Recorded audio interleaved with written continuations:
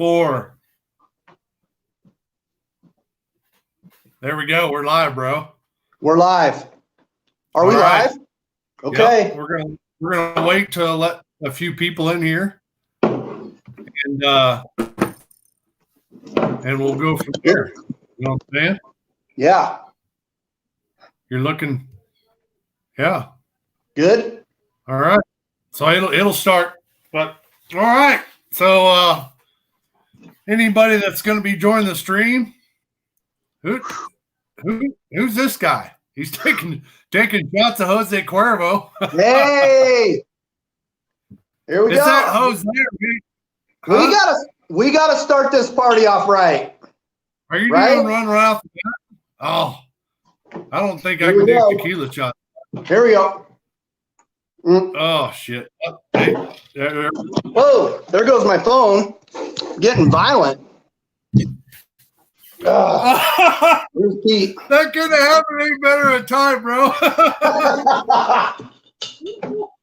Oh, no. Woo! That stuff's got a little bite to it. I haven't done tequila in a while. I bet it does. All right, we got some people joining the stream. Is this thing? Are we going here? I think we are. We got 10 people in the stream, and okay, growing. It'll keep growing. I'm gonna get serious then. You want me to get serious?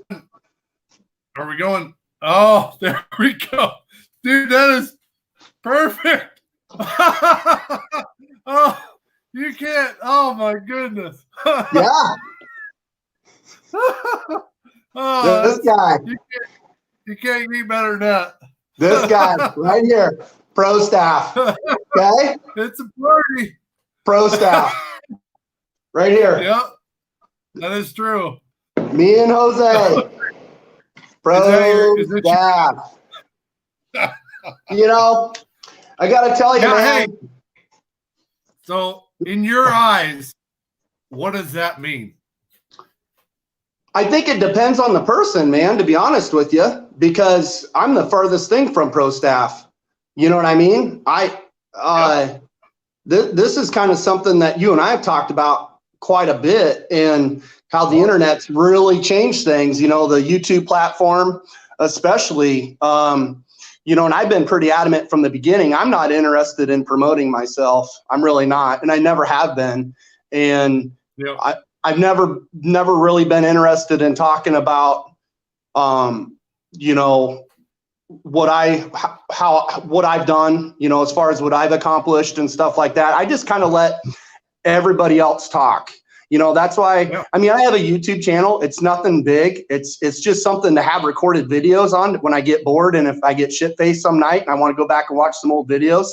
But I'm not looking for anybody to pick me up and, you know, for me to tell them that, oh, you got to use this kind of line or this kind of hook because this is the best and blah, blah, blah. I just get tired of all that stuff, man. And it just seems like it's a lot of the same shit out there. Now, I mean, there's guys, don't get me wrong, like there's guys on a different level for sure that definitely deserve to be where they are. And then there's guys that just kind of want to just promote themselves. And that's the stuff I just definitely want to stay away from. So, but tonight though, I am pro staff. You're rocking pro staff. I'm pro staff. Hey, that's my sponsor. Tim Doc Lang just joined the show. That's pretty cool. Tim, how you doing? Tim's a pretty good guy. He's starting up a new show. He just moved down to Alabama on Wheeler. Oh, nice. So he's starting up his own show. I'm not sure what it's called yet. Okay. I'm pretty sure it has something to do with Doc.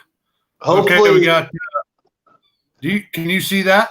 Yeah. So somebody wants to know what you catch chubs in your minnow traps.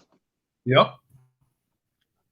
Does he want to know like how to catch them or what yeah, just curious what you catch chubs in your minnow traps. So yeah, real easy. You know, so I built all my traps just out of some hardware cloth. You know, it's like how big a square inch would you know, the mesh opening? It's super small. But you build, you know, it's around, you know, most of them are round for the most part, but the biggest part is to have that funnel And I'll use just a regular, like a big funnel. And then they'll swim in that and they will not swim out. I do really good with, I told you this, Texas toast for bait. Yep. White bread or dog food, works. But you'll get, I showed, you saw what I have in my tank right now. I've got probably 7 dozen chubs, a combination of, 10 to 13 inch chubs and a lot of suckers and shiners in there right now. Which, I'm not looking right now, this time of the year, I'm not using, super big bait. I'm using smaller bait right now. Fish are pretty lethargic, still not really out, moving super hard yet. I'd venture to say that, a lot of them are probably still in their wintering holes. The water temp, I had 47 the other day. Usually once you get up above 55, you start seeing some movement, the chub trap. Yeah, that's a good one. Yep. So I try not to get that complicated with it out of fear of somebody stealing it. Yeah. If somebody wants to swipe my $10 trap, I've got 3 more I can throw out and I'll be fine. So, but that's my pro staff tip. There's going to be a lot of pro staff tips tonight, guys. So don't go anywhere. Pro staff tonight. Don't you remember this hat? So I've been watching a lot of Caddyshack, and do you remember when Judge Smells? They go down to have this little spiel about his new boat. Do you remember the name of the boat? It's the Flying Wasp. And his wife was talking, and she's like, "I christened thee the Flying Wasp," and she hits it with the bottle of champagne, and it busts the front off of the boat. Well, Danny's wearing this hat, and then he gets to go have sex with Lacey Underall. So I broke out this hat tonight thinking maybe Elena, kind of, whatever. We'll see. Share that part in the comment section later with you guys. Hey, you need your own show, bro. I don't know about that, man. No. I'm going to have to get a bigger tripod if that's the case. No shit. Hey, I got to do it. I'm going to take another shot here out of my Unicorn Pez dispenser. There we go. I'm juiced up. Let's go. What do you got for me? You don't want to smell like tequila shots. I'm almost ready for another one. What do you got in there? Water? Huh? No, I got 100 proof Southern Comfort. Did I tell you what happened to me today? I was kind of in a hurry. I was at my last stop, and I was sitting there at the urinal, and I was taking a piss. And I was looking at the wall, kind of reading what the ads were for the week. And I'm not hearing my piss going in the urinal. And I look down, and all of a sudden, my little buddy's cocked like 45 degrees to the right. And I'm pissing on the floor over next to the next urinal. And I'm like, oh, shit. That's a lot of piss, dude. So I hurried up and hauled ass out of there, man. I can't be doing that stuff. I'll get in trouble. You can't. Yeah, it was a lot of piss. I had it all over my shoes and everything, dude. It was bad. Now, hey, one of the guys asked you if you were sitting or standing. I'm sitting. You were sitting? Holy moly. No, I was standing there. I'm sitting now. Yeah, Did you see this? Look at that. True I words do see that. Real men love cats. Dude, that's like Tiger King stuff right there. No, don't even talk about that, dumbass. No. Nice try. Hey, we got to talk about some fishing here. Yes, we do. It's getting close. We got 63 people in the stream, bro. Oh, well, I told you if we got 100, we keep going. So, Lordy, this is to those 37 still out there. So, you guys, you want another 100? You gotta share the stream. All right, so now we're gonna start talking. We're gonna start talking about flathead fishing. If I can make it, I might be falling off the chair here pretty soon. Hey, no Speedos, bro. No Speedos. Oh yeah, I forgot to get those. Yeah. Which ones do you want? Which ones do you want again? The pink ones or the green ones? Oh, it's probably got to be the green ones. They'll show up better. Here's the trick, and I want to share this with you and the other 67 guys on here. Here's the way that you can really impress mama. This is the easiest 1.5 inches you can add downstairs. If you can take that stuff down to the first curl, seriously, it's all about the illusion. Look at Copperfield. Look at the David Blaine guys. All those magicians, those guys made millions on tricking people. I'm just telling you how to trick one person. One. Oh, it paid, dude. Like I'm telling you. Hey, pro staff tip. Yeah, pro staff tip of the week.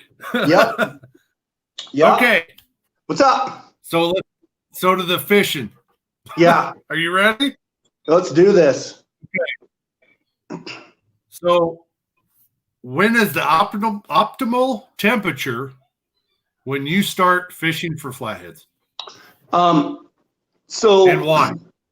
Well, so let me give these guys a little bit of my background. And so and gals. Yep, and gals. Sorry about the first curl thing, gals. There you go. Same applies for them too. I mean, nothing wrong with cleaning the strip, right? Okay. So anyways, I spent, this is no shit, I'm 44. I know I've spent almost 25 years fishing the same stretch of river. And up until about 5 years ago, I really wasn't a big rod and reel guy. I ran a lot of diddy poles just because I enjoyed flatheads so much. And I really just kind of I just enjoyed catching them and seeing what was in there. And usually for me, Mother's Day weekend, all the way up until, I'm not kidding, a lot of guys put poles out Friday, Saturday, they pull them Sunday, right? We ran from Mother's Day weekend up until the end of September, every day. Yeah. That's why, like when I showed you that bait tank I have, there's times I'd have 150 bullheads in that thing and probably 5 dozen, 10, 11-inch bluegills in there. And I don't use chubs. I never use chubs really, unless I want to try and catch some channel cats. If I had some people with me that I wanted them to experience, pulling in a fish on diddy pole, we'd always put chubs out for channels. But outside of that, it was always bullheads and bluegills. But it seemed like, I'd caught fish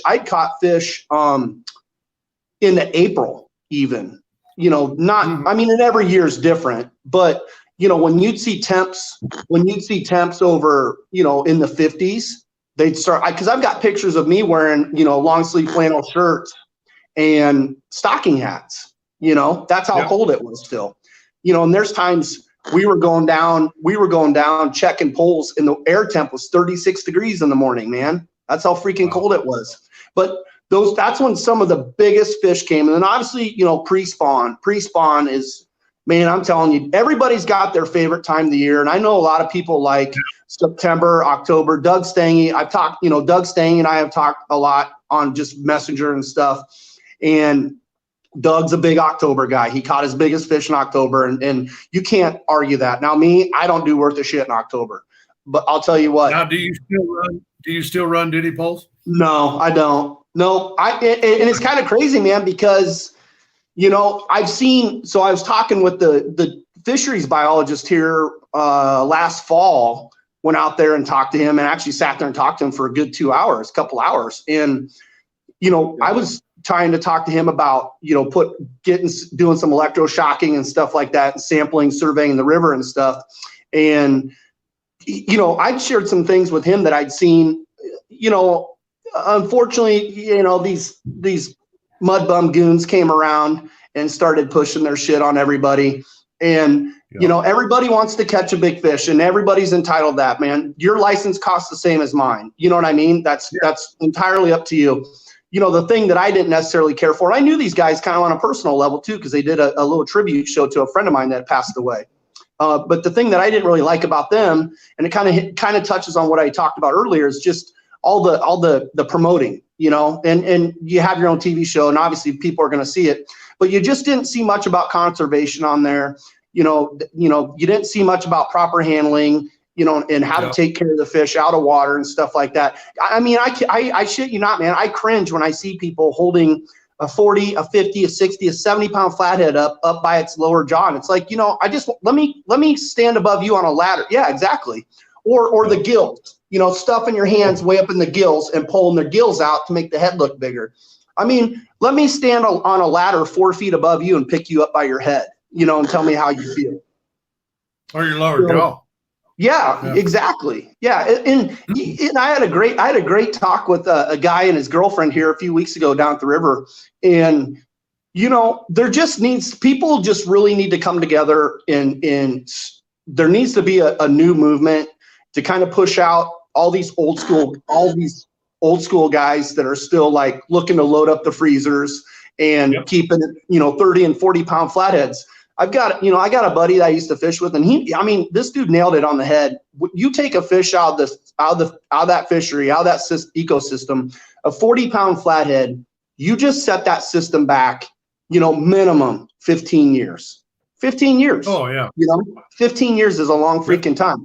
You know, so that means I may not catch another 40-pound flathead until I'm 60. You know what I'm saying? Yep. And that's why you've said this several times. Like, that's why you travel. You know, it's just because the state of Iowa does such a poor job of regulating, because they just flat out can't. I've never, knock on wood, you know, I've never seen a conservation officer out.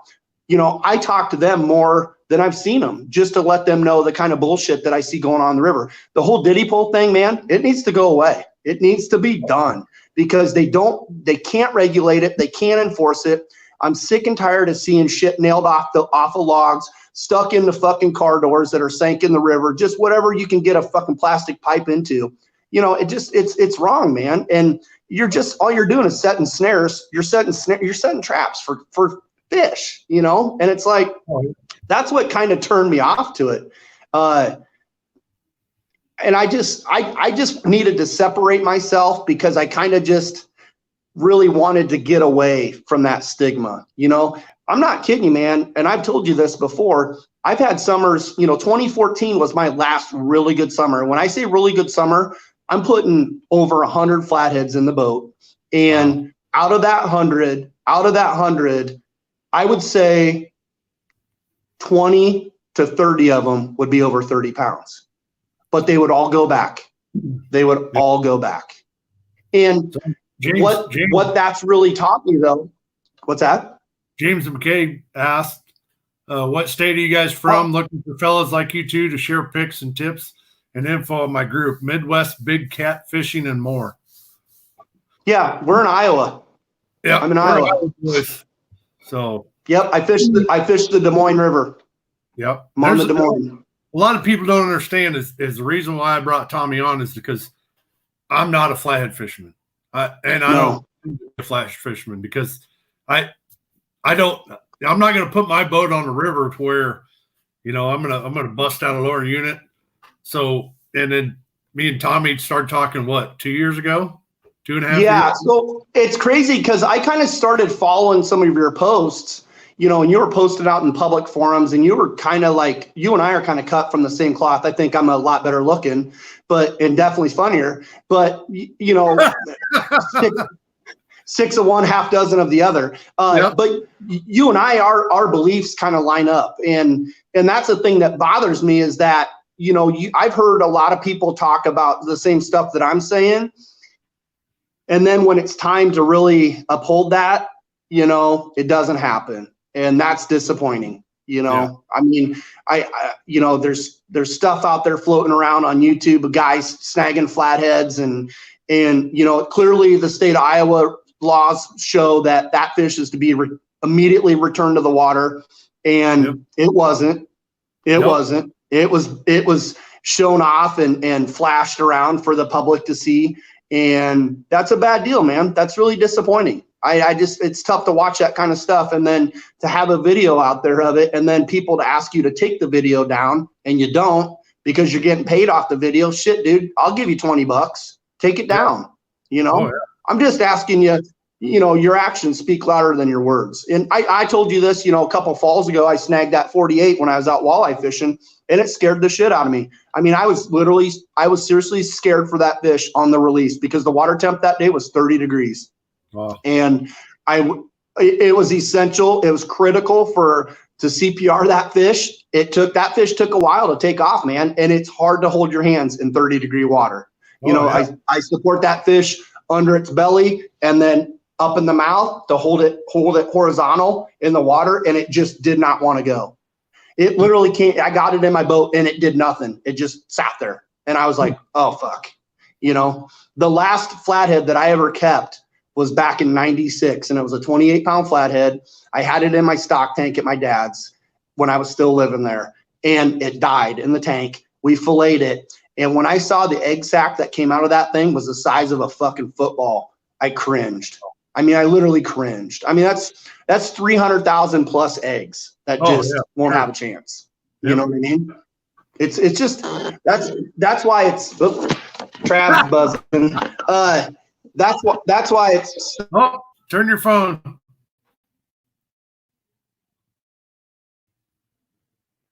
Oh, he froze up. His phone was buzzing because I think everybody's there. I got you. I'm back. Sorry, right. Dude. I got everybody's blowing my phone up, man. Jeez. I know. Fuck. Turn your notifications off. I need to. It's stupid. Travis is pissed. He can't get on. Got it.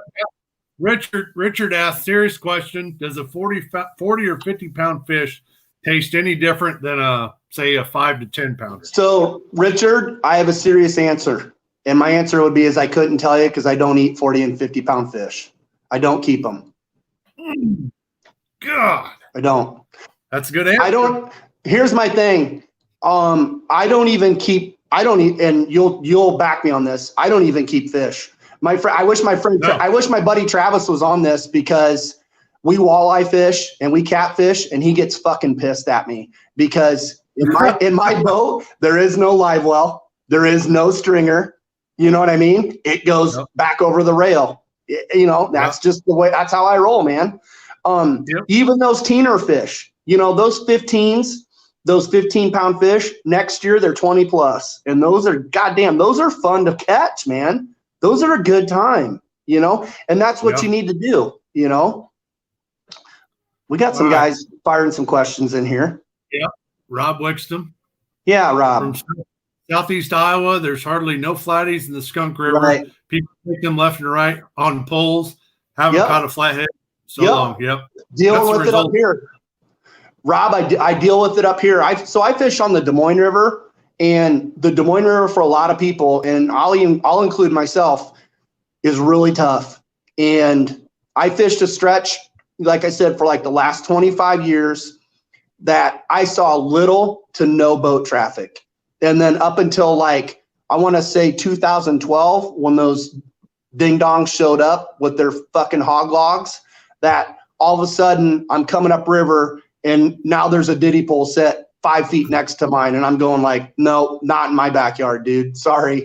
You know, it's not happening. And unfortunately, I wasn't upset with them guys on their people are gonna use alternative methods, you know, whether we like it or not. Right. And it's within the law. Right. And as long as they're, you know, within the law.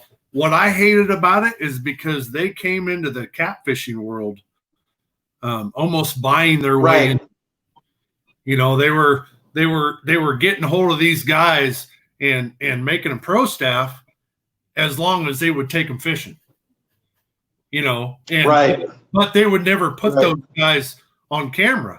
So I was like, well, they're just all they're doing is they're just trying to buy their way in. And then I saw them, they linked with a couple guys from Missouri, and those couple guys took them fishing and did them good on tournaments, but you never see the video come out. And it was like, man, you guys are just trying to buy your way in to eventually kick your pro staff guys out of the way and hopefully make a show out of it. And that never ended up happening because they spent too much money. And now look, they're shutting down their stores, and so it's a bad deal. Right. Yeah. My reason. My deal was a little bit more personal because, they had done this show to kind of honor my friend that had passed away, and his father was the one that turned me onto them and introduced me to them. And I had sent them a bunch of pictures, and Jeff Kipling come up to me one night and said, "You're the one. You should be on our show. You should have your show. You catch way bigger fish than what we do." And and I said, thanks, but no thanks. And it was cool and stuff. I got a little. It kind of rubbed me the wrong way though, because they wanted to come fish with Kevin, with Jesse's dad. Jesse had passed away, and Kevin thought really highly of these guys, and he was really excited. And Kevin grew up the same town. Kevin's from the same town where I'm from, and knows the river better than I do. And he was stoked. And that summer rolled around, and those guys were nowhere to be found. Would not take his call, wouldn't return his voicemail, nothing, man. And to me, that's it, man. That's where you lost me. I've talked to Jeff. After that, and he's always been super cool with me. Came up and approached me, saw me at the boat ramp, and came up and talked to me and asked me how things were going and stuff. And we kind of text and stuff after that. So no problems there. I just, once you get so many of those people together, man, you get all those irons in the fire. Yeah. Yeah. That's why I don't fish with a lot of people. You know what I mean? I roll solo 90% of the time, man. I roll solo. And then you send me pictures at like 11 o'clock at night. Well, here's the crazy thing is the last 2 years, the two biggest fish I've caught, I've invited Travis to go, and he didn't go. Yeah. And so then he wakes up at 5 a.m., to like a 48. And then last year he woke up to a 58, and he's like, God damn it. And I'm like, see, that's the thing, man. Time on water, it's the same equation for everywhere. You know what I mean? For like walleye fishing, flathead fishing, channels, blues. Yep. You've got to spend the time on the water. Now, I'm not saying like there aren't certain things that will increase your success, because there definitely is, and we'll talk about some of that stuff. But you have to be willing to go out on your own and put the work in. If you're not, I'm sorry, man.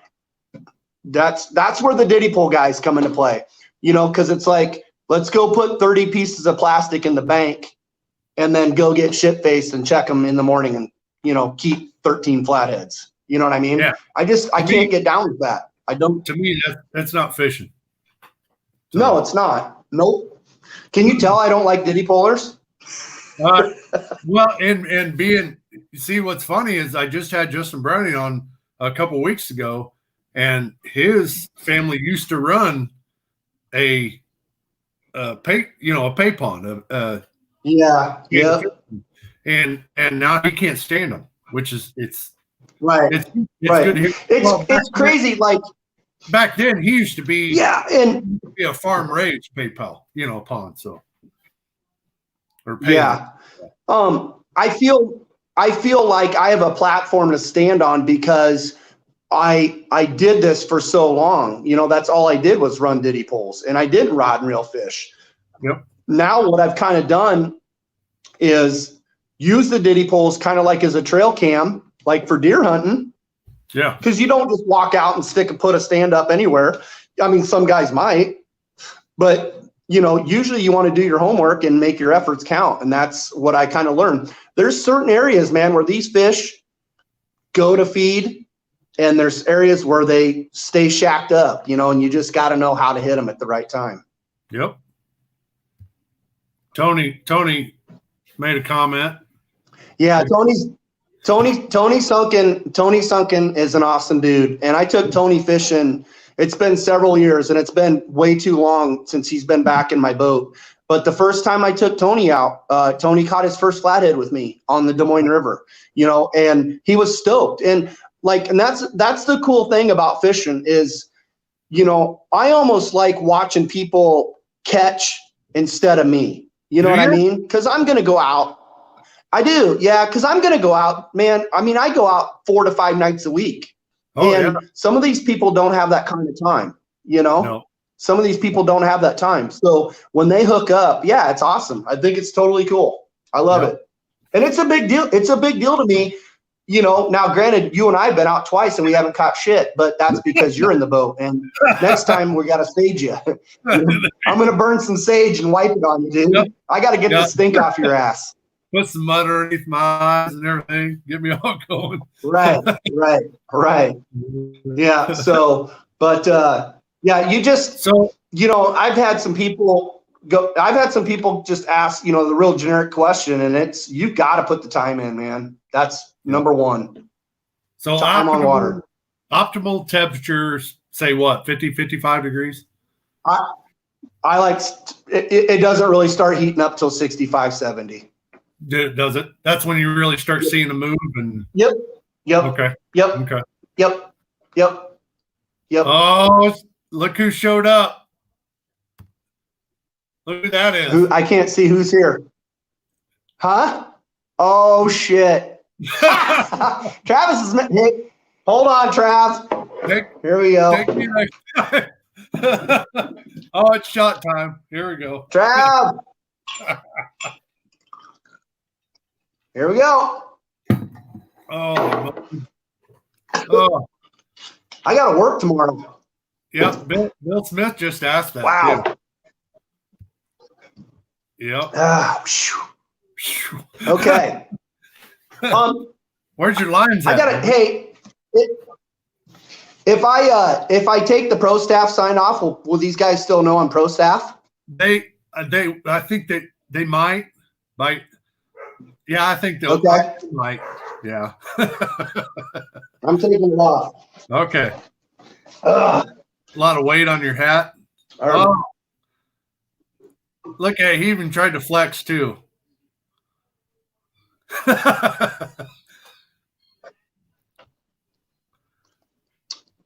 I think I'm losing you. No, you're good. I got you. Okay. Joe Gibbs said next time pour some in the glass. Is that your brother or uncle or?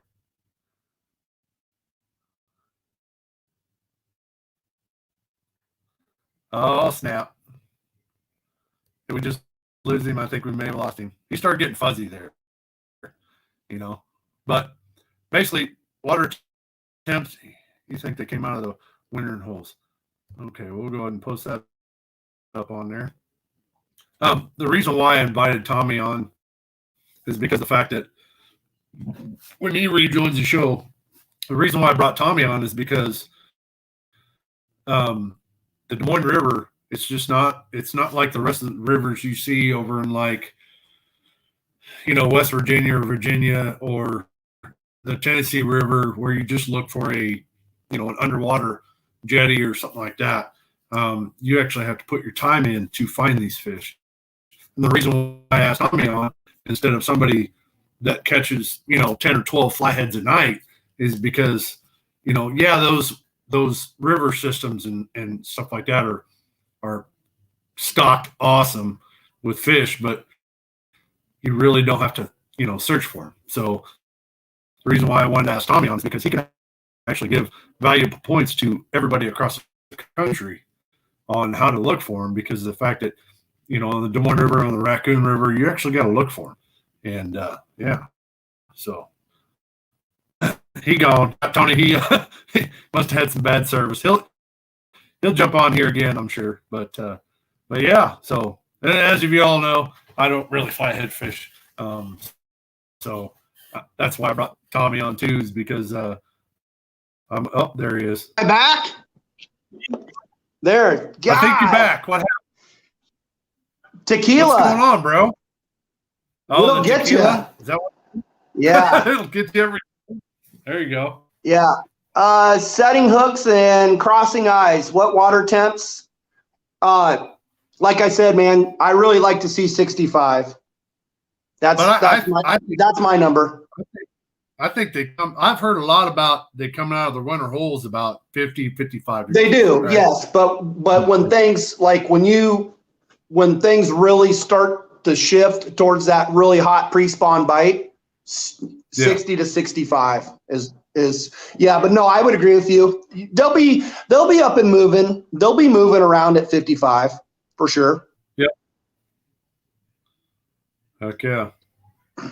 Tony asked, yes, calm backwater loaded with bait, top water rigs, flatheads move up to bite. Yeah, I would say. Depends on what are you fishing for, or what kind of lakes or rivers you fishing in, Tony. But yeah, Tommy's moving around now. You all right? You ain't stumbling or nothing, are you? No, just trying. I keep losing you. I think you keep moving around. Hey,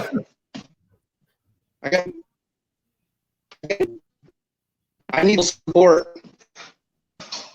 Need some more I Wi-Fi. keep losing Phil. Do you?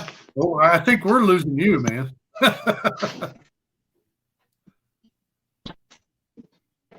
Hang on, I'm trying to get. Yeah, we got you. We got you. Okay, we catch them hold up in upper 60s. Yep, 69 degrees is better. Left my ass off. Ever use big swim baits? Scott, I bought swim baits before. I don't. There's a lot of guys that I call they do the dragon snag. We lost Tommy again. I call it they do the dragon snag. You'll see a lot of guys down below the Des Moines River, below Red Rock. They'll be back in them little recess pools, and they'll basically be throwing their little twister tails and just dragging at the bottom. They'll just slowly reel and drag at the bottom until they feel some weight hit that twister tail or rig, and then they'll jerk. So, hey, I'm on my Wi-Fi. Let's try this. Hey, there he is, everybody. So stupid. Tommy Gibbs. So stupid. So, somebody asked, have you ever used big swim baits for flatheads? No, I don't use artificials for flatheads. No artificials. Nope. I know you're a bullhead yeah, fisherman. It's live bait. Like it's live bait, or it's fresh cut live bait. My friend that passed away, the last fish he ever caught with me was an 18-pound flathead on a fresh cut bluegill. We were fishing live bait in the spot, and he's like, I've had enough of this. And he reeled his bluegill in and put a knife to it, threw the head out. 10 minutes, that flathead was on. It's got to be fresh. Got to be fresh. Yeah. Oh, no. Yeah. Bill Smith said, tell Lana, quit hogging all the. Hey, you know what? You know what I'm going to tell Bill Smith? To quit hogging all the unemployment money. There you go. You, Bill. All right, Tim Lang. Yeah. Where do you hook? Great question. Yep. So there's really two spots. You can hook them back by their adipose fin.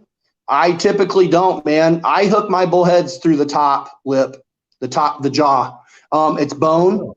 Those, and in heavier current, I want that bait facing upstream, with the current into the current. I don't want the bait facing its head downhill. Yeah. And water going in reverse in the gills. I've done really, really well with hook through the top jaw. There's two hooks that I use.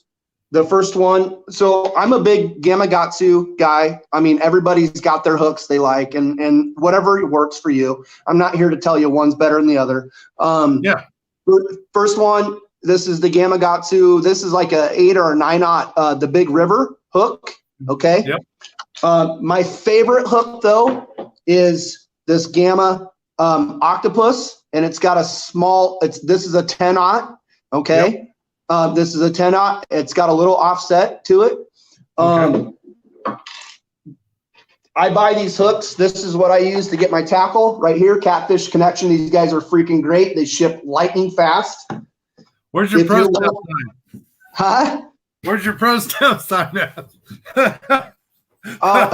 It's coming. Just wait. So here you go. This hook right here, this Gamma Octopus, GO204. Here's the package right here. Okay. That's what I'm using right there. Okay, these are 9s. These are 9s. There's the 10s right there. You use a certain hook for a different size of bait. Yeah. So I mean, I've got some smaller 7s, but you know, dude, honestly, I'm not afraid to put a 10, 12-inch bullhead out there. You know, I'm not. That big flathead I caught last year came on this hook right here. This is the Eagle Claw King Kale, heavy wire. Okay. I got it marked for you guys right here. Here it is. It's the L141 BP. That big boy right there, the 10-aught. Don't mess around. I use this hook right here for all my panfish, for all my gills that I use. Okay. Any kind of bullheads, get this one right here. They get this or they get this. Either one of these hooks, you can set the hook with these. The Kale, I run it a little different though. The Kale, I kind of run it like a circle a little bit. I'll reel down, but then I set the hook. It gets the wood after I get tight on it. These guys, same kind of deal, you know, real similar to a J hook. You can give it to them and you're good. Okay. And no, I don't use circle hooks. They work great on diddy poles. They suck on rod and reel. I hate them. But hey, when do you use circle hooks? You know what? I walked right into that one. I use circle. I use 10-aught Team Catfish on Wheeler Lake. Thanks to Philip Brown. Because they're 8-aughts. Because I tried using this hook and we lost, like Travis and I lost probably 8 fish before you gave us those circles, and we never lost a fish. Nope. Hey, I got a good question here, Tracy Crail, and this guy runs a muskie guide service, and that's something you don't see a lot of in Iowa. He'll guide up on Brushy. Brushy's kind of his backyard, and Clear Lake. The guy just caught a 43-inch the other night walleye fishing. So I know, you know, muskies are kind of similar like to flatheads. Everybody wants the chance to catch a big muskie. Yeah. If anybody ever Iowa Muskie Guide Service, this is the guy you need to talk to. Him and Pete do a fantastic job, and their rates, honestly, they're probably too cheap to take people out fishing, but it's a good thing there. I've seen their post on the muskie trips. So yep, Tracy and both Pete, they're both super solid guys. Except my only knock on Tracy is the last time I took him fishing, he brought like a 3-year-old case of Coors Light down the river, and I think with the first one we cracked, it blew a bunch of freaking dust out of the can. So disappointing. Like, you know what I mean? Yeah. Don't waste my time with that. So anyways, his question is lunar charts, full moon, new moon. Yes, absolutely. I don't do well. Sorry. That's all right. I don't do well typically on the full moon. And there's all kinds of theories out there, man. You know, I typically don't. I still go because it's that much of a bigger challenge. But it just seems like, look at these hooks, dude. I'm freaking bleeding, man. See? Eagle Claw, King Kale, heavy wire. Look at what it did to me. Look at that. See? Yeah, that's why you don't miss fish with these suckers. Damn. You okay? Yeah, I'm going to make it. So full moon, no go. New moon, absolutely. The easiest thing I can tell everybody out there, the darker, the better. The darker, the better. I do well. I have done well leading up to the full moon. Now, what about your pressure? Not so much. I don't really, the moon, for me, it's the moon. That's what I look at. That's how I gauge things. And, you know, and there's a big, the other thing up around here is people say that, oh, you can't catch them when the river's falling. They only bite when the river's rising.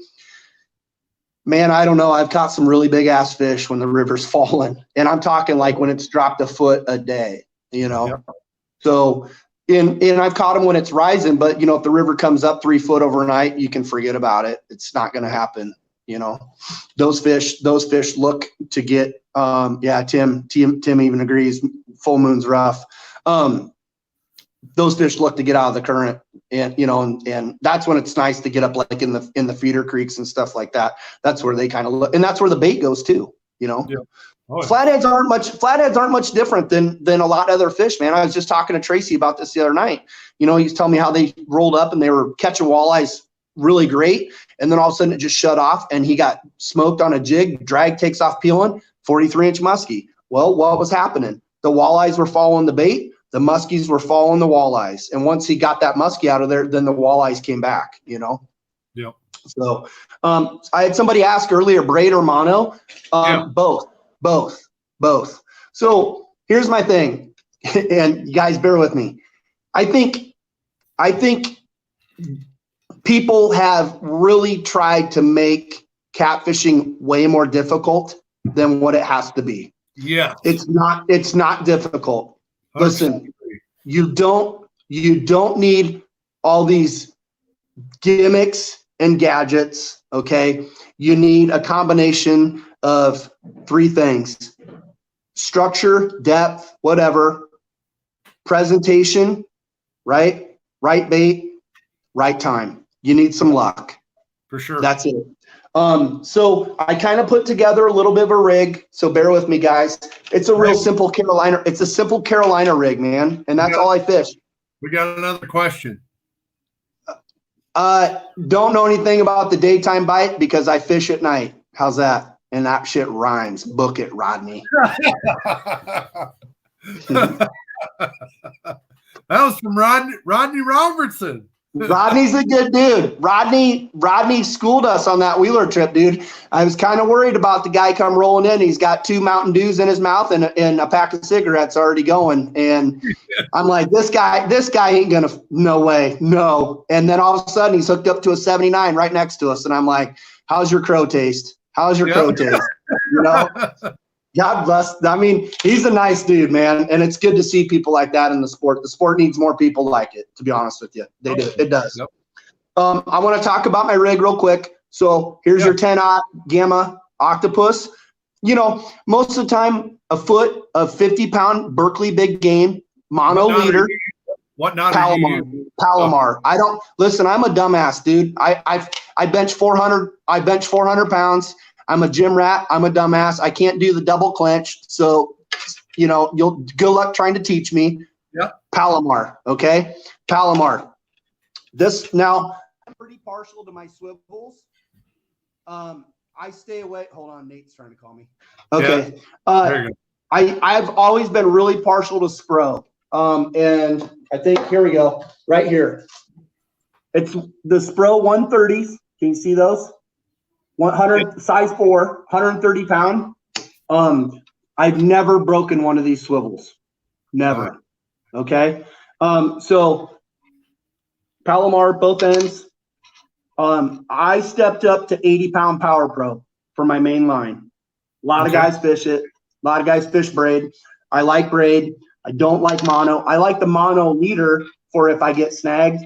You know, I get my sinker and my swivel back, and I just lose the hook and the mono. That's not a big deal to me. Pretty simple. Bead right here, and then I got a sinker slide, right? And then Travis pours all of our sinkers, and I bought all the flat bank sinkers. This is kind of the preferred sinker for me. I used to be a no roll guy. I got away from no rolls because I didn't like the sinker being connected to your main line. So every time you cast, that lead is in contact with your braid. So This is why I like these flat banks. And dude, they're super, super accurate. They go, you can park these things in current and they do not move. I love them. So here it is right here. They're easier to pour as well. This is a 5. And my advice would be for guys to use as light of a weight as you can without your bait moving with the current. You know what I mean? If you're fishing heavy current, then you need to be, 5 or 6, somewhere in there. But I've had times where I fish 3s or 4s. I've got all kinds of them in my box over here. It's just, whatever situation calls for. But I want to try and stay, as light as possible. But I need that bait to stay stuck where I cast it. Yep, for sure. Heck yeah. I can barely hear you, man. Is that your volume or mine? Can you turn me up? You're up on mine. Really? Yeah. Huh. I wonder why I can't hear you. Like you're almost screaming at me. Really? Yeah. You got your volume up on me? Yeah, it is. Oh, okay. Huh. Hold on. Mm-hmm. Better? Sure. You haven't changed, man. Really? Yeah. Weird. Yeah. You're all right, though. Okay. Can you hear me? You can hear me, though. Yeah. Barely. All right. So what rods are you using? I wonder if I should get my headphones. That might work. What's that? I said the headphones might work. Yeah, hang on a second. Bear with me. So that's a good question. Hang on. So if anybody has any questions, go ahead and post them in the comment section, and I'll post you guys this question up on the nice screen here. And yeah. There we go. Now I got you. Can you hear me? Oh yeah, I can hear you. Yeah, now I got you really good. Okay. Hang on here. Oops, hold on, I got flip. Yeah, there we go. Boom. Fucking Beats by Dre. Yeah, baby. Yeah, baby. There we go. Okay, you got me? Yeah, I got you. Okay. What was your question earlier? You asked me? Rods. What kind of rods you use? Oh, I like the monster rods. Okay. I like the monster 7.6 medium. The red one, that red with the green tip is probably my favorite. I've got the green one. Seems like it's a little sturdier blank. But I'm a big fan of the red one. I should probably buy another one of those. It's just got the backbone's super solid on it. The real aluminum reel seat, nice foam cork handle or foam handle. And it's got just a really good soft tip. It's got, and that's something like a lot of people I think discount is that they don't have the right equipment. They're using like a pool cue out there. And so they're not getting the action on the rod that they need to have when fishing with live bait. Really? So hold on, where'd it go? That's a tip. That is a tip. Yep, it is. Hold on, everybody. Pro staff tip. That is. That's pro staff tip of the week. Yeah.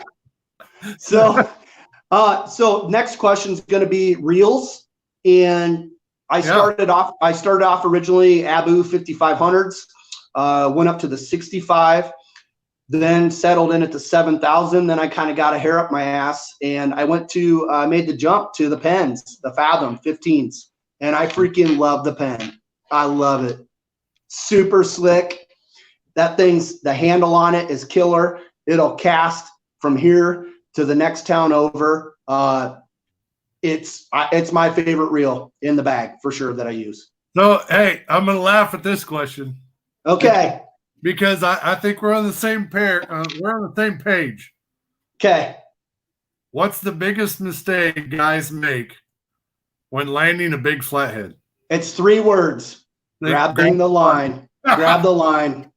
We're on the same level, dude. I got no love for you, man. I got no love. Yeah. If you don't bring a net with you, that's like a one-legged man in an ass kicking contest. You know what I mean? That poor bastard. I mean, even if you're in a kayak you still need a net if you're going to handle those kind of big fish. Yeah, and I think that's what's different. You know, sometimes people focus a little bit on trying to be too cute, and you get burnt. Unfortunately, yep. You put in. This is what I don't understand. It's like you put in so much time. Okay, you've got a $600 sonar on your kayak, and all this time, all this money, and why guys don't want to pack a net is beyond me. I don't get it. I don't get it. I don't. For sure. Even on the boats. I mean. Oh yeah. Yeah. I see a lot of guys, you know, in $50,000 boats, and they're like, yeah, we're out fishing today on the Tennessee River, and but we ain't got no net today. It's like, man, my net never leaves the boat. So why, you know, what the hell's going on here, boys? Right. Yep. You got to have a net, man. For and the other thing too, those two words, a net, man. Like you got to have somebody, if you're fishing with somebody, you got to have somebody that knows how to run that freaking net, because that can cost you too. Travis will tell you about the hoop that fell off my Beckman, you know, down at Wheeler. And I got that on video. That was awesome. I've seen it. Jesus. Oh my God. I thought I was shitting my pants that I was so afraid that Travis was going to lose that fish because of me. You know what I mean? I felt terrible. And luckily I scooped the hoop out of the water, snapped it back on, and scooped that fish up for him. Yep. Yeah. There's my dad right there. He'll tell you, always need to use a net with big walleyes. Nice. Your dad. Okay. Yeah. Yeah. He's got a good video of me kind of flipping out on the river over a net in a walleye. There you go. And then he lost a really nice walleye at the boat. With somebody asked if you sold your boat, Tony. Tony, I didn't. I'm keeping it. I got a new seat for you this year. Come on down. I just upgraded to the Temperus Pro Backs orthopedic seats. I spent a lot of time in those seats, and so I can justify the money. I'm good with it. For sure. Tim Lang said they seem to always make the last drive as they get to the boat. People try and stop the power run instead of allowing the rod and reel to do the job. Yep. So he's 100% on the money. That big one that I caught last year was 56 or 58. That night you and I were kind of messaging back and forth. Yep. And I just voice messaged and said, I'm hooked up. And I literally had that fish. Now that was on my old war rod. I had that fish straight up and down at the boat for probably 10 minutes, and it just wouldn't move. It just was on the floor of the river, and it came up. I saw the head, and I was like, holy shit. The head was the size of the steering wheel in my truck. And I'm like, let me, and I was by myself. So I'm running my net. I fish with this big ass Beckman net, and I love that thing. It's had a ton of fish go into it. It's always done me really well, but it's hard, man, running the rod and then running that heavy net with that big yoke on it. But I was fortunate enough. It worked out. Clickers, guys. Clickers. Open bail with the clicker. That flathead, you got to give him some time. You know, and every bite's different. Some of these guys, you know, we were just talking out in Trav's shop here a couple weeks ago.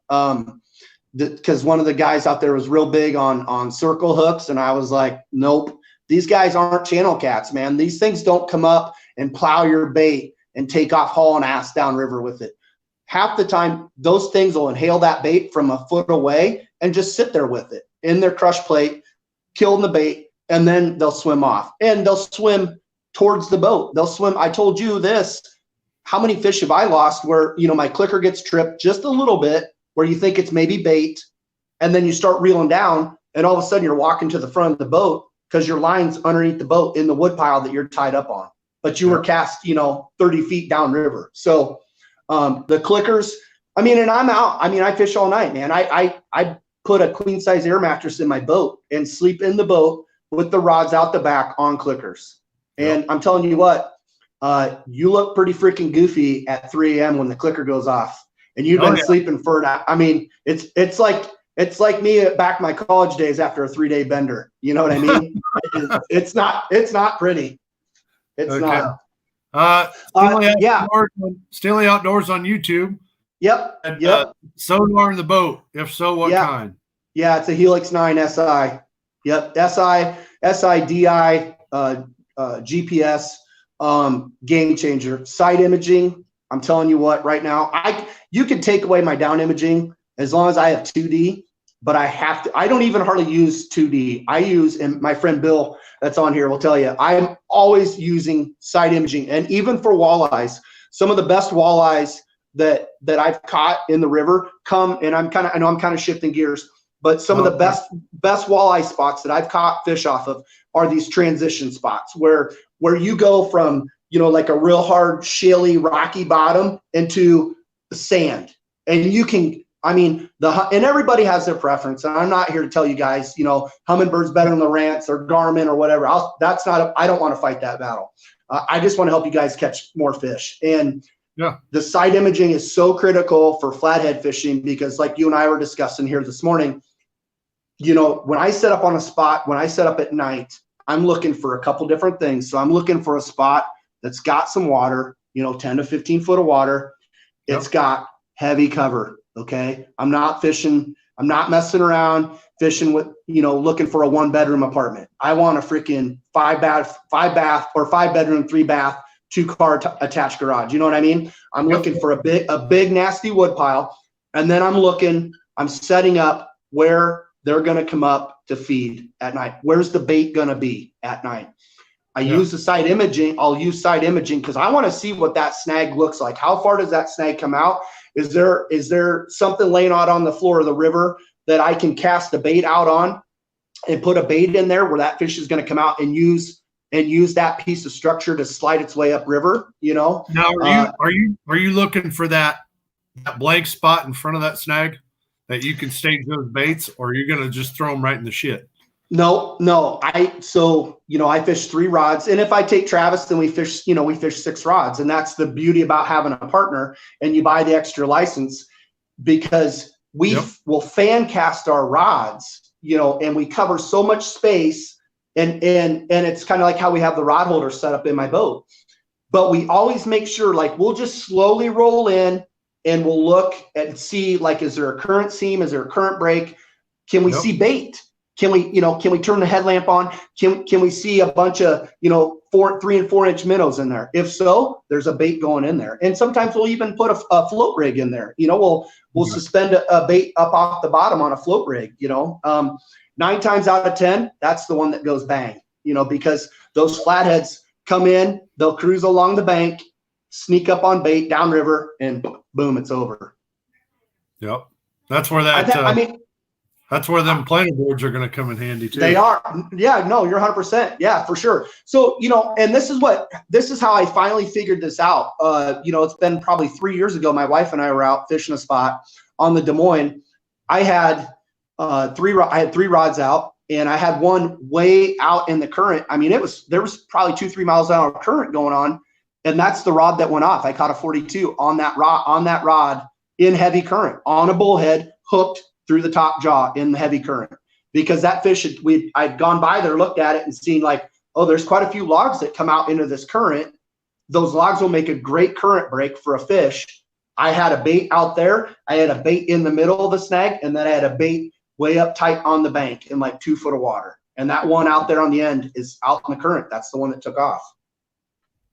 And you had it suspended a little bit, or no? It was parked on the bottom. Yep, parked on the bottom with like a 6 ounce. It was a heavy current for sure.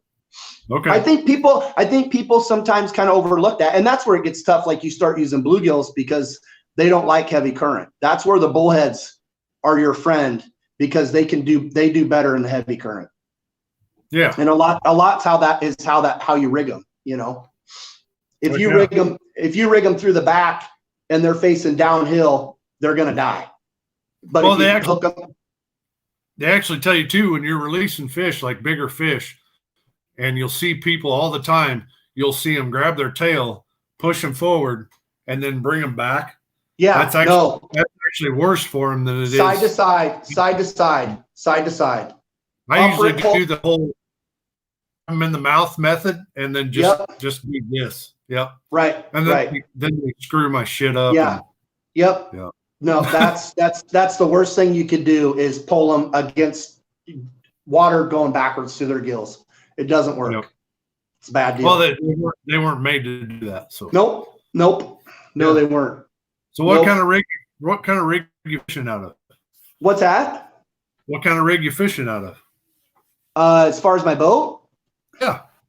I fish out of an 1860 Mod V John, and I bought that boat back in 2015. It's an Alumacraft, and you know, I know everybody's partial, and I know Sea Arc's super huge in the catfishing world. You know, the Sea Arc's a little out of my price range right now, just because I snowmobile too, so that cost me a lot of money. But I've had really good luck with this boat that I'm in now. I mean, you know, we took this. You were there down at Wheeler last October, down on Wilson, and I mean, no bones about it, man. I mean, we got up to the ramp, and it was the best I felt that day, because when you're taking 3-foot rollers over the front of your boat, it's a scary feeling on a tiller. You know, I'm a tiller guy. All my boats have been tillers. I'm not big in a side console or center console. I want that open floor space, because Travis will tell you, we've had some nights where shit breaks loose real quick. And oh yeah, for sure. You've got to be able to get around in that boat. Fish go from one side to the other, and having that wheel in the boat on that rig, it's not something that, I mean, there's a lot of guys that like them. Yep, there it is. That's me and Trav. You're in the boat. That's it. Yep. You got the floor. Yep. No, you'll see. No, I have a strict no nuts to butts policy in my boat. Okay. No nuts to butts. I'm a roller. I like to roll around though. No, you're not sleeping in my boat ever. Well, see, hey, you got to get one with couches. Right. And like 6 foot and like 6 foot longer. Perfect. Yeah, exactly. Yeah. Let's see how that thing does in August on the Des Moines River. Oh, you know what? We'll probably put it in and probably not move very far. I'll call the record truck to get you out. Oh yeah, for sure. Yeah. Yep. Yeah. So and what do you got coming on your new rig? You just made a purchase, didn't you? Oh man. Man. Talk about it. Oh man. This is gonna hurt. This is gonna hurt some people's feelings. It will, but who gives a shit, you know, right? Yeah, so it's 3 words. Drop the prop. Drop the prop. Yep. So I've been through my fair share of aluminum propellers, and I need to be on the water 9 months out of the year till there's ice coming down in the wintertime, and then the ice is off. And there's times when a prop is great, and there's times when it's not. So I kind of had to make the decision. You know, I really started looking at this real hard last summer. So I'm gonna make the jump to a jet. I'm going to jet. I'm going to the jet. Going to the jet. Yep. Like what do you got coming? I'm putting the Mercury. I'm sticking with Mercury because my Mercury that I have now has been excellent, and I know everybody has their preferences, but I want to stick with what's worked well for me. And so I'm putting the 80 horse on the back, and I just ordered the new big tiller handle for it. It's brand new for 2020. It's got 18 degrees of adjustment side to side, and then up and down. So you can stand and run that handle. You can stand in the boat, run it upriver if you want. It's got the option for a heated grip that's going to be available this fall. So that'll obviously be going on for walleye season. I'm pretty stoked about it. And then it's got all of your control, all your LED readings on it. You know, your temp, oil, your codes, all that stuff. It's super killer, man. Some of the dealers I was talking to didn't even know. Yes, Tony, that's why it is for sale. Didn't even know about the handle. I knew more about this handle than they did. And I'm like, is this thing even available? And they're like, what are you talking about? I'm like, the big tiller handle. And they're like, oh yeah. And I'm like, no, not the old one. That one's going up to the 150s. That one's for the 150 and above. I said, I want the one that's going to be for below, like that 40 to 80 mid horsepower range. So, and then they're like, oh shit, there is a new handle. So, yeah. See, and Tim's got a great, Tim's perfect. And I looked at that, Tim, about going back and forth. You know, I've talked with like the guys at the Jet Doctor and stuff about doing the jet conversion kit and stuff. But, you know, unfortunately, like with that 50 that's on my boat, it's not going to work to convert it. So that's why I'm just moving the 50 and just going to go to straight jet. Yeah. Nothing wrong with that. No. And honestly, my ultimate goal would be to have like the 150 Pro XS tiller, have a tiller and then convert it to the jet. Cause then you'd be running about 105 at the pump. There you go. But you're talking $16,000 motor. Oh yeah.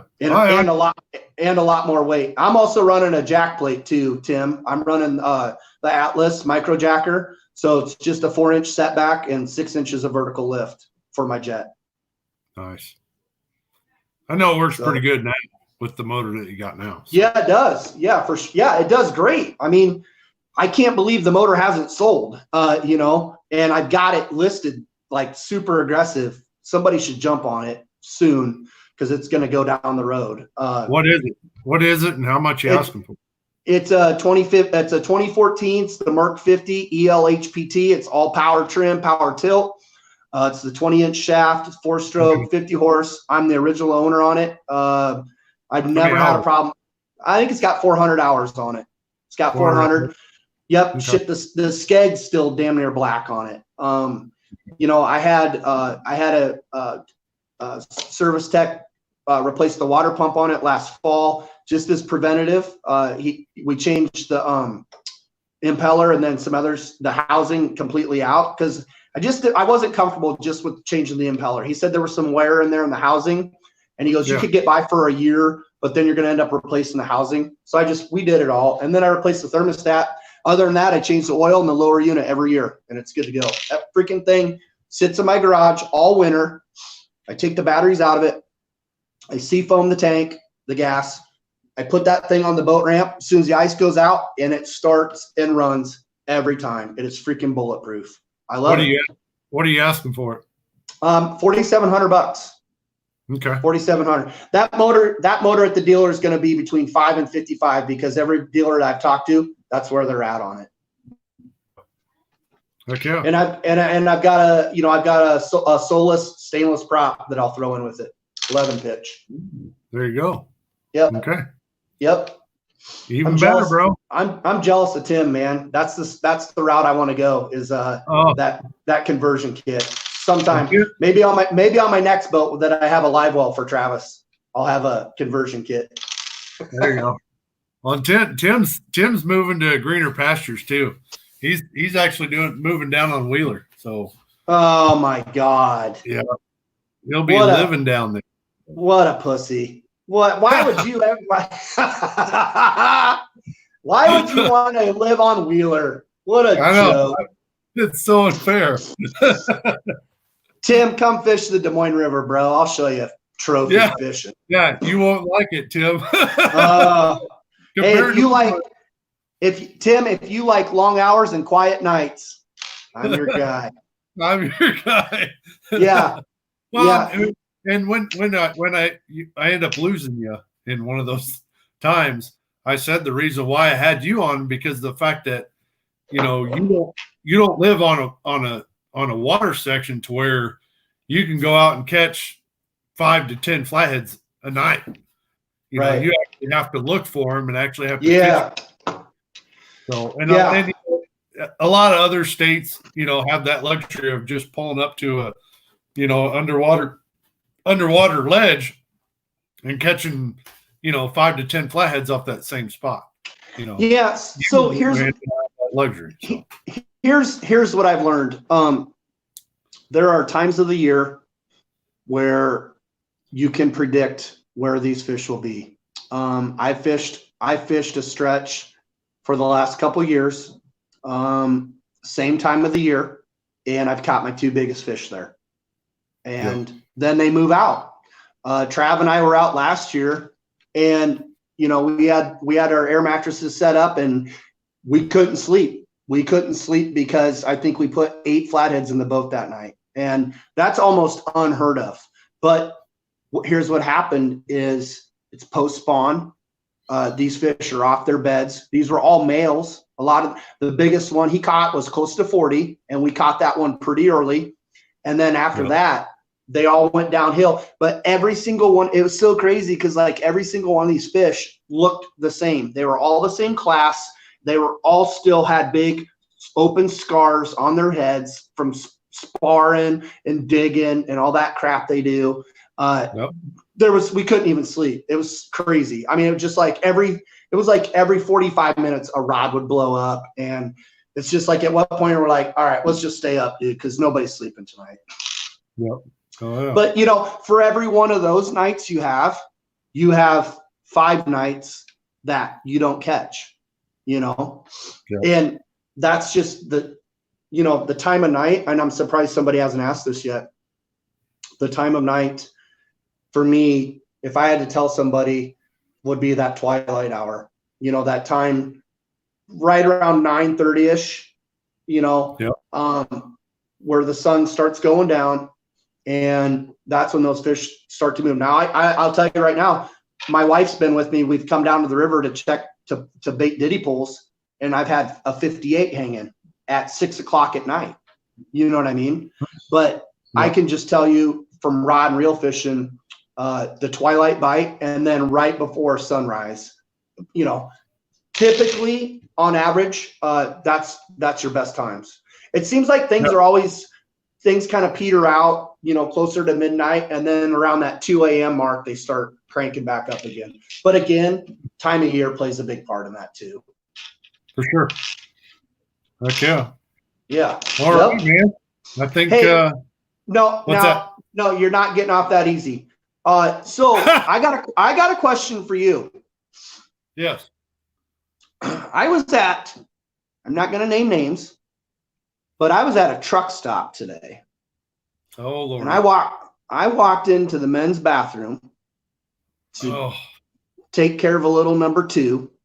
Did you and see I found something in there, and I got to ask you about this. Okay. Okay. Okay. Oh my goodness. Why? That's What is this doing at a truck stop? Huh? I don't know, man. I got a lot of followers, and they do a lot of crazy shit. Do you want me to scratch out? Do you want me to scratch out the phone number under For a Good Time? You want me to scratch that out and just go put this picture? You know what that is? That's what I look like when my hair is growing out. Yeah, it's something. It is something. That's why I don't do it anymore. I think everyone on this thing tonight wants to thank you personally. They do. I know. Yeah. That's how it is from here on out. Okay, I was just worried. I thought I knew you pretty good. We had to talk about this. I couldn't go fishing with you again until we got this cleared up. That's nice. But thanks for coming clean on it. Yep. Oh yeah. Okay. You got a lot of bag of tricks, that's for sure. Hey, that's what you get for ripping off fart spray in my truck, bro. Oh, I had to, man. I had to. Yep. Well, touche, bro. Touche. So, a lot of people don't realize, but we went pheasant hunting this year, and I ordered some fart spray. And I had everybody in on it. Tommy was still in Casey's buying donuts, I think is what he came out with. Yeah. And so everybody was in on it. So I'd spray it in the cab of the truck, and we just wait. And then I think who's the guy? I can't remember the guy. Josh. Chops. Yeah. Josh was sitting behind me, and he went ahead and said that he was the one that was doing it. And I was pissed. I was pissed. Well, at first you were like, "Oh man, that's crazy," but then as the day went on and on and on, you were like, Yeah. "Oh, I could hear it mad," so we had to reveal it. But if you want to see that show, it's on the Big Easy Quest YouTube channel. I think I put it on Facebook as well. So yeah, that was I usually don't get caught like that, but you got me. Hey, check your tailpipe, homie. That's all I'm gonna say. Check your tailpipe. Hey, that stuff works though too, doesn't it? Oh yeah, man. I thought I was gonna have to replace the seat. Yeah. Hell yeah. Definitely. So yeah, cool. But I think we're probably gonna have you on here in probably a couple weeks on bait. So as far as bait tanks, and what you do to keep them alive. As far as, I mean, if I was to tell everybody, Tommy probably has the best setup I've ever seen, and it's crazy. And he set me up with the same thing, and so it's going to help you out. It's going to help you out a lot. Got a lot of great shows, tight lines, everybody. A lot of laugh my ass off, LOLs. So yeah, it was a great show. Like I said, we'll have you on. For anybody in the watching now, if you guys enjoyed the show, go ahead and share it. If you see anybody from different pages, like I seen Twisted Cat Outdoors was in here, go ahead and go to their channel, give them a like, follow them. You'll see a lot of the YouTube channel guys are in here. If you see them in here as well, go ahead and spread the love and go ahead and subscribe to the channel. What this is all about.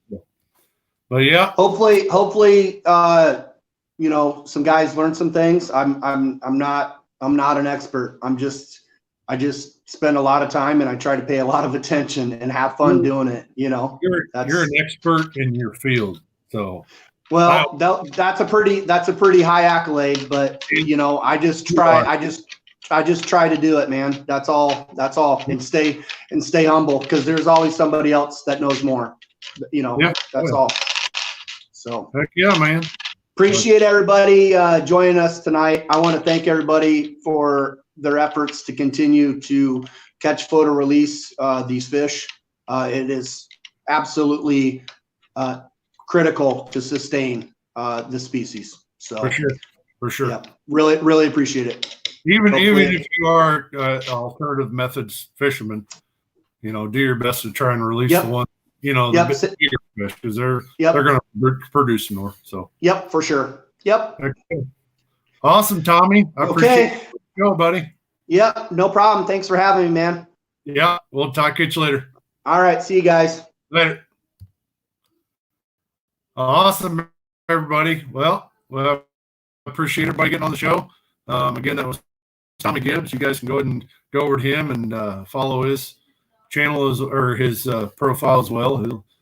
He doesn't post very much fish pictures on there, but when he does, it's completely dark, because usually, like I said, he's by himself unless I go with him. So if I go with him, we're setting up cameras, and we're gonna make a show for you guys. So hope you guys enjoyed the show, and we'll see you later. I think we're gonna probably do a show. Let's say probably Friday evening, tomorrow evening, or Saturday evening. I think I'm going to get on with Alex Nagy with Twisted Cat Outdoors, because he has a tournament coming up that he talked to the government officials, and he's got something special coming up. So we'll see you guys later. I'll tune you in once we get those details figured out, so that way you guys can join the show then, and we'll talk to y'all later. Rock on. Cool. Have a drink. Yep. Always remember, have a good time. And